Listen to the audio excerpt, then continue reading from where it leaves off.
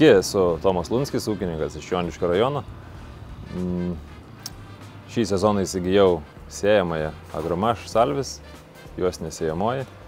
Atėjo laikas keisti sėjamąją, tai pasvarsčius prie ko prieit, vis dėlto nusprendėm, kad juostinė sėja yra ateitis. Atsisakėm tradicinio žemės dirbimo ir pasėjus pirmą 100 hektarų, išvados tokios, kad, žodžiu, tikrai susitaupė laiko, kuro, sumažėjo sąnaudos ir sėjamoji pilnai atitinka mūsų nedidelio ūkio poreikius. Sėjamoji 3 metrų, bet galima tikrai našiai apsidirbti ir kaina suvilioja, dėl to mes pasirinkom Agromaš.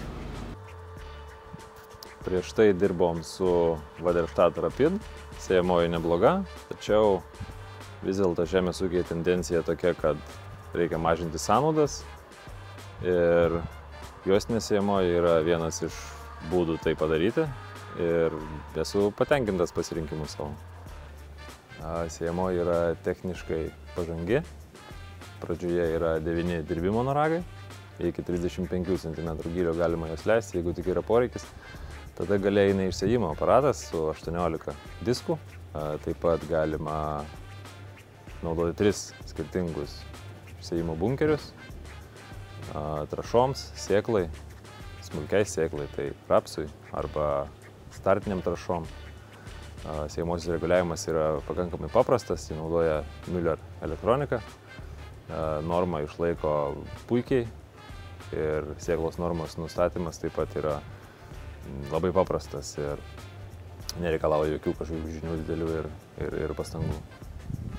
Taigi, sėjamoji, kaip minėjau, 3 metrų. Darbo našumas nėra pats didžiausias, tačiau turint omeny, kad vienu važiavimu galima išdirbti žemę, įterpti trašas netgi 3 skirtingais lygiais į žemę, tai bendras laikas praleistas traktoriuje tikrai jisai sumažėja. Pirmoji kultūra, kurią sėjau su šia sėjamąja, buvo rapsas, sėda tiesiai į kviečių ražieną. Rapsas atrodo tikrai puikiai. Taip pat pasėjau žieminius kviečius, kurie irgi atrodo gerai. Po sėjos pasėlis sudygo gražiai, tolygiai. Rapso šaknys matosi, kad turi daug erdvės skverbtis gilyn. Taip pat kviečiai atrodo gražiai. Dabar beliko tik tai laukti derliaus rezultatų.